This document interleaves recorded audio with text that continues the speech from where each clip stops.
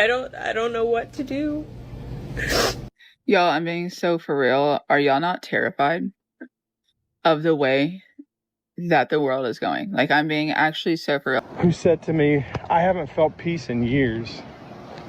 They drink every night just to shut the voices off in their head. Says, tell me when the Americans said, hey, we want data centers and we want monitored at all time and we want vehicles that can just shut themselves off whenever they feel it.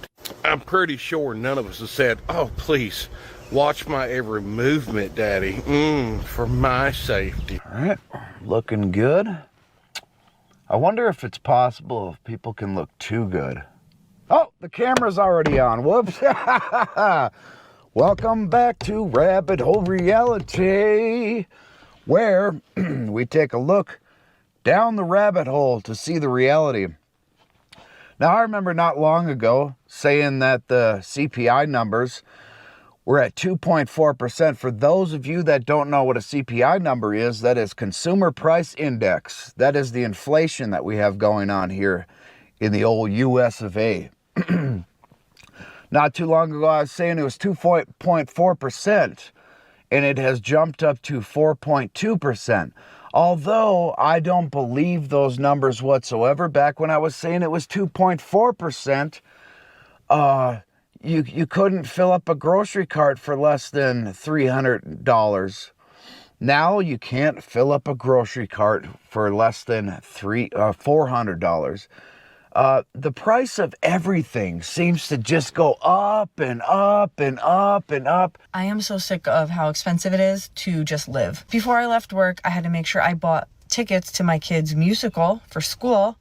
And I'm going both nights, and then my parents and my husband's parents are going one night, and then we're going as a family one night. So I just paid for those tickets. For all those tickets all together, it was like $62 or something like that, 62. And then I left work, I got my kids to school. I had to get gas. I was on E. My gas light was on. I had busy for the rest of the evening after I wake up, after sleeping. So I was like, let me just do it. It just cost $78 to fill my tank. I do have a mid-size SUV. I have a Chevy Traverse. But literally before this day has even started, I have now spent $140. How the freak do you sustain life anymore? I don't know. It's so frustrating how expensive everything is. It's like every time you turn around, there's like something else to pay for. And I know that's being an adult and I know that's life, but it's so frustrating. $78 to fill my tank. That's a record. That's the most it's ever cost me to fill my tank since I've gotten this car. I'm unwell. The conversations that I've been having with Gen X men lately are honestly terrifying. I don't think most people understand how many of us are just quietly breaking. And I'm being completely serious. Behind the scenes, through emails, phone calls, comments, messages, random ways, I'm talking to men every single week who are barely hanging on. And the crazy part, most people around them, they really don't even know, because we're very good at pretending, lying, still go to work, still smiling, still joke around, still pay your bills, still get it done. But meanwhile, inside, they're collapsing. I talk to men who said to me, I haven't felt peace in years. They drink every night just to shut the voices off in their head. Right now, people not talking about it. They feel like they don't have nobody they can confide in to talk about it, because everybody acting like everything is the same as it was. Everybody acting like everything all good, like times are not hard for them. And they're even spending money that they don't have. You got doom spenders, people spending money just because they feel doomed. They feel like there's no hope. It makes them feel better to buy something new. Only prices that I've noticed that actually go down, actually fluctuate, are the gas prices. Sometimes they do go down, but everything else, when it goes up, it seems to just stay up. Are people paying it? They're in their meetings. Are people paying it? Mm-hmm. Okay. Well, let's just keep the prices there. They just keep pushing and pushing and pushing. And people are just, they can't keep their head above water anymore. They're freaking out. I feel like my husband and I are doing everything right.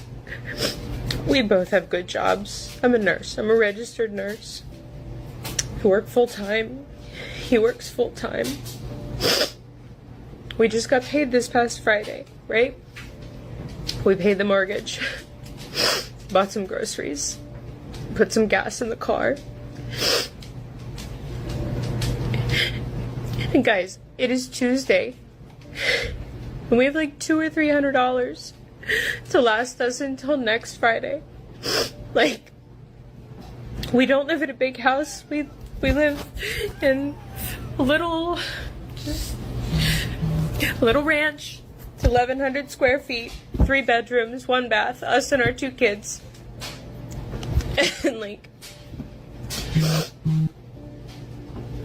I don't know what to do. Like, I'm in school full time. I work full time. He works more than full time. He works overtime every week. I don't know what to do. I'm working, I'm doing everything right. I always got to comment on this because every video there's somebody talking about I'm doing all the right things. And they name the same old things that the system or the higher ups told them to do to fund their system. These are not the right things, sorry. You got to do something different. But as long as you continue to do the same thing, you will get the same results. And you know, our people, skin folk, that's one thing. We always knew how to survive these times because we never really escaped them for the most part, not as a people. Now we see other classes or groups of people feeling that same pressure, that same pain, that same stress. And now they don't know what to do. I guess we could say we kind of know what to do. Y'all could come to us. We've been through it. We've been stuck in it. Welcome. When the system starts to break, then other people start to feel your pain, right? Now you can relate. You don't get that same privilege that you got before. Y'all had a 400-year head start on us, but we're at the times where everybody will be broke even. Next is going to be the rich online complaining. And we'll welcome them. Welcome. Now y'all understand. I'm so stressed out. This isn't how it's supposed to be.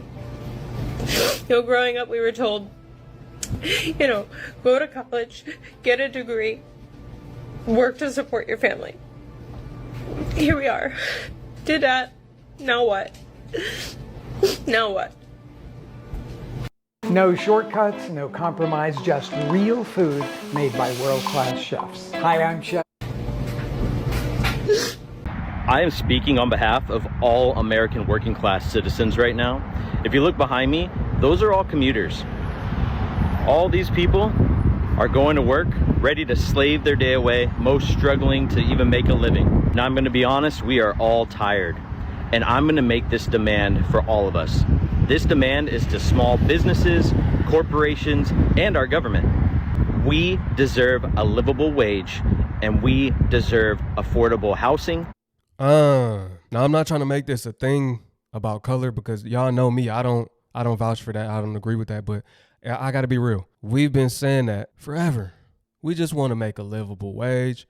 We just want things to be fair, but America ain't fair. Everybody else got reparations. We just want our reparations. Never got that. Now they want to make a call for all Americans. When we were the ones crying and complaining who was there to side with us. Now we siding with y'all. We understand. We know how it is. We just telling y'all this is what we've been saying all this time. Healthcare and food.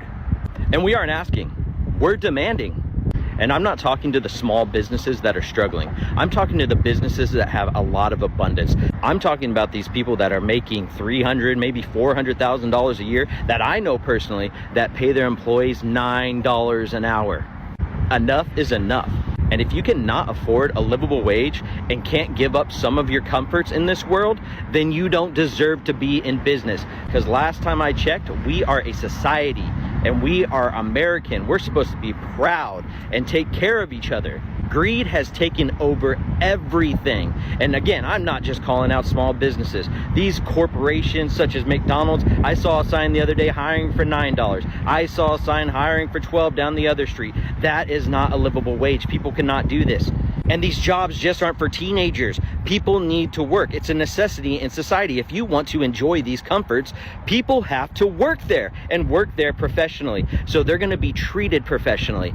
And I will tell you this, if you are a full-time worker in America, you deserve the right to live and be comfortable, period.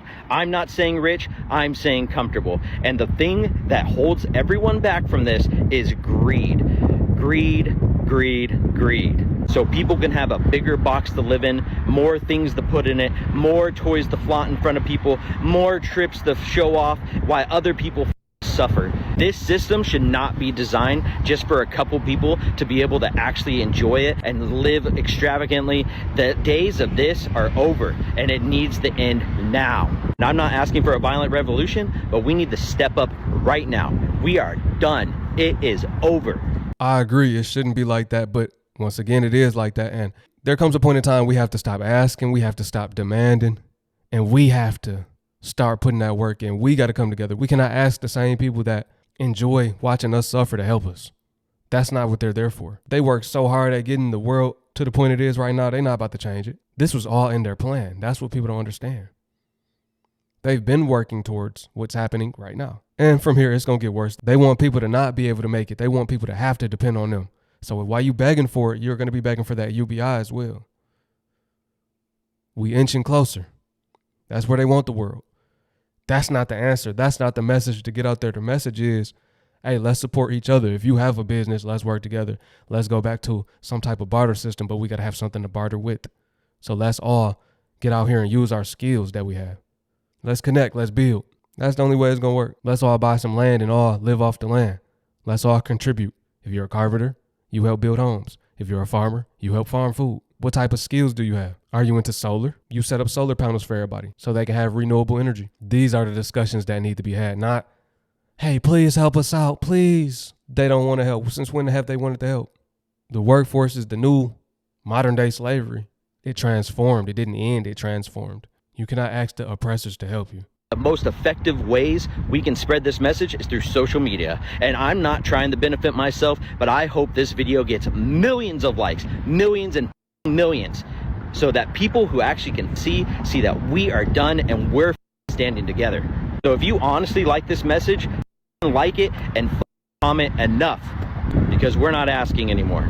Millions are absolutely devastated with this economy, and the printing press keeps going. We came to this economy where, probably during the boomer generation, where they figured that we can print our way out of any problems that we have. Because heck, we're the global reserve currency. So we can just print up free money. And then old Musk found, when they were doing Doge, they found all these other machines, these computers that could create money out of thin air as well. Now these folks are gaining off of our market, off of the sweat of our brow, off of the toil of our lifestyle. And it's coming to a breaking point. People can't take it anymore. They're standing next to the printing press. They're buying up a bunch of assets. And then by the time that the market realizes that a whole bunch more money was introduced into the system, they already bought those assets. And then once the market realizes that a whole bunch of money entered the system, that's when inflation hits. That's when the prices of everything skyrocket, but they already bought their stuff, their realty or their gold or whatever. So they get nothing but profits. So we have a system where all of the wealth is constantly flowing up, and we're the ones with the crank on the bottom, pumping it up there, just while we're trying to keep our heads above water. It's psychotic. It's absolutely psychotic. And this has happened. It's a reoccurring thing throughout history. Look at the Roman Empire, look at the Weimar Republic. It just keeps going and going and going. And people at the bottom are like, can I get a break here? Oh, there's a crumb. Oh, there's a crumb. Any more crumbs up there? You know? Right. It's psychotic. You see how he named how long has it been happening? He referenced how long this has been going on. Once again, the definition of insanity is doing the same thing over and over again, expecting a different result. Our people are insane. We've been doing this for ages and expecting something different. We expect a different outcome. When will we learn? Markets follow the past. History repeats itself. We are at the point where all history will be repeated from all other cycles, but this one will be worse. This collapse will be like none other. These times will be worse than ever before and ever that will be. Maybe some people will get it. Most people won't.